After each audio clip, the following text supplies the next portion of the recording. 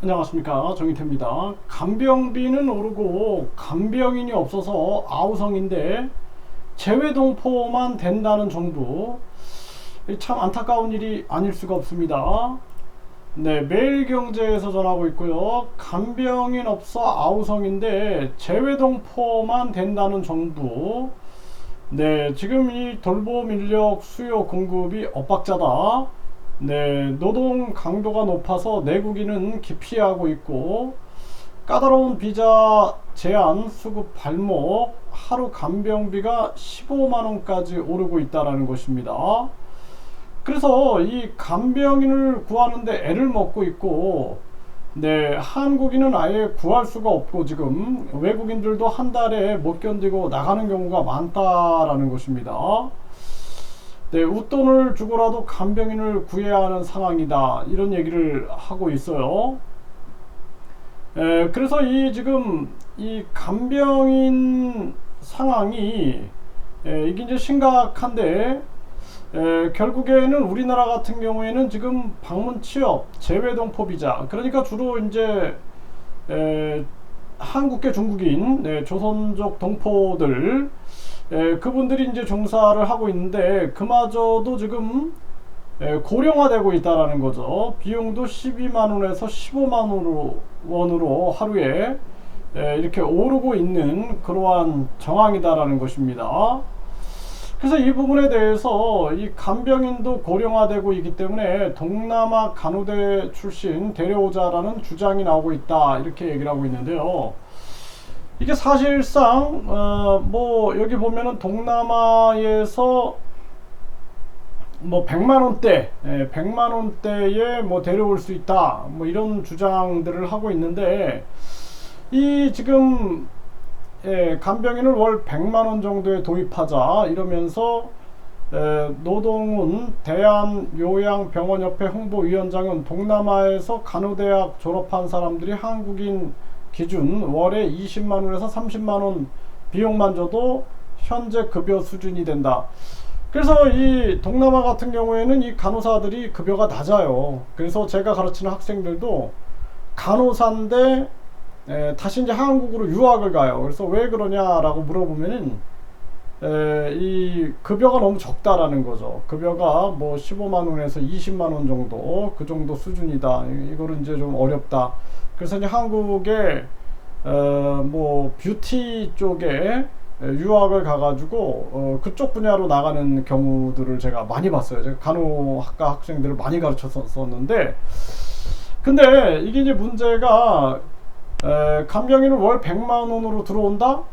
이 사람들이 사실상 돈이라는 측면들이 목적이 되면은요, 이미 한국에 많은 근로자들이 있어요. 외국인들 네트워크가 있는데, 저쪽에선 200만원, 300만원씩 받고 있는데, 내가 예를 들어서 간병인으로 왔는데 월 100만원을 받는다 그러면은요, 그쪽으로 이탈해 버립니다. 공장 쪽으로 이탈할 수 있다라는 거예요. 그래서 이게 우리가 하나는 알고 둘은 모르면 안 된다라는 것입니다. 그래서 지금 뭐 가사도우미, 외국인 가사도우미도 100만원대로 할 수 있다, 뭐 이런 얘기를 하는데, 그 순수하게 그냥 가사도우미로 와가지고 가사도우미로 있을 거라고 생각을 하는 거예요. 근데 우리나라가 불법 체류자 이 비율이 굉장히 높아요. 41만 명이 넘어섰고, 그리고 이미 자국인들, 그러니까 그 나라 사람들끼리의 네트워크가 형성되어 있기 때문에, 예를 들어서 식당에서 뭐 200만원 이상 받는다, 공장에서 300만원 받는다 그러면 그쪽으로 많이 이탈을 한다라는 거예요. 그래서 외국인 계절 근로자들도 농어촌에서 일하는 계절 근로자들이 한국에 왔는데 이탈을 하는데 어디로 가느냐 보면은 돈 많이 준다라는 공장 쪽으로 많이 이동한다라는 거예요.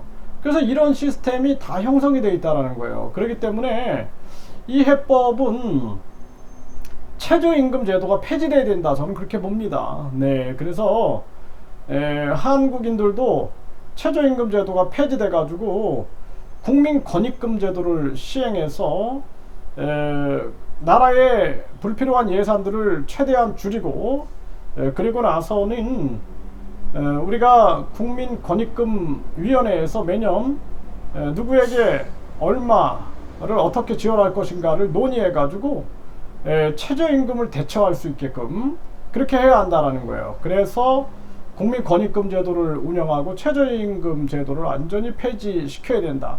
그래야지만 대한민국이 앞으로 급격한 다민족화가 이루어지는데, 이게 저 나라에서 간호사들이 20만원 30만원 받는데 한국에서 100만원 주면 되겠지 이렇게 생각을 하지만, 사실상 이들 네트워크 속에서 쫙 이동해 버릴 수 있습니다. 불법 체류자만 늘어날 수 있다는 거예요.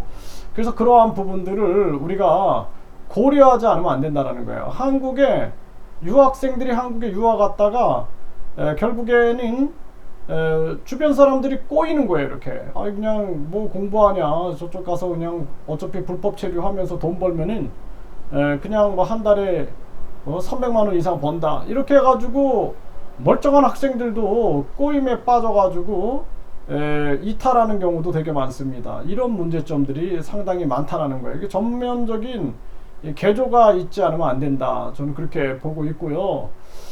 그리고 이 지금 사실상 이미 이 동남아 국가에 가보면은요, 시골까지 영어 교실, 일본어 교실, 독일어 교실들이 만들어져 있어요.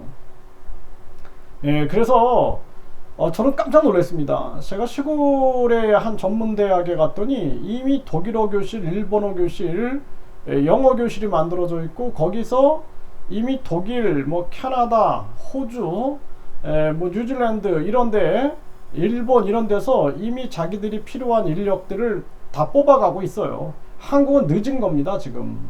이거 뭐 순진하게 생각할 문제가 아니다, 저는 그렇게 생각을 하고, 이번에 제가 동남아 지역에, 아세안 지역에 출장을 갔을 때도 제가 이렇게 일본 인력을 송출하는 그 기관에 방문을 해봤는데, 여기 보면은 뭐 학생들이 일본어 공부하면서 거기서 먹고 자면서 계속 일본 회사들이 와서 뽑아갑니다. 일본 회사들이 뭐 예를 들어서 뭐 도시락 공장에서 와서 보고 뽑아가고, 또 호텔에서 와서 뽑아가고, 또 간병인이 또 와서 뽑아가고, 계속 뽑아가요. 이런 시스템이 형성이 되어 있다는 거예요. 그렇기 때문에 우리가 순진하게 생각할 문제는 아니다라는 것입니다. 한국은 지금 급격한 다민족화로 가고 있는데, 전면적인 시스템 개선이 아니면은 이거 붕괴됩니다.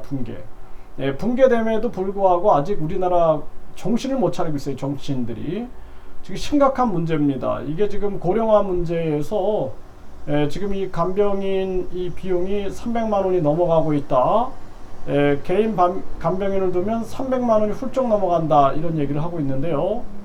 이러한 상황, 한 달이면 300만원이 넘는, 300만원에서 400만원 정도 들어가는 거였고, 좋은 분 찾기가 힘들었다, 이런 얘기를 하고 있는데, 이거 큰일 날 일입니다. 이게 완전히 간병 파산이 일어날 정황이고, 한국은 지금 급격한 금리 인상으로 인해서 가계기업이 붕괴가 되고 있음에도 불구하고 정치꾼들이 자기들은 돈방석에 앉아 있으니까 그냥 이 서민들의 고통을 신경 쓰고 있지 않는 거죠. 그래서 지금 이런 간병인 문제도 이거 언제적 얘기인지 모릅니다. 이미 전부터 이런 얘기들이 계속 나왔음에도 불구하고 기득권 싸움하고 있는 게 아니냐, 저는 그렇게 보고 있어요. 기득권 싸움. 그래서 이 문제가 해결이 안 되고 있다. 안타까움을 금할 수가 없습니다.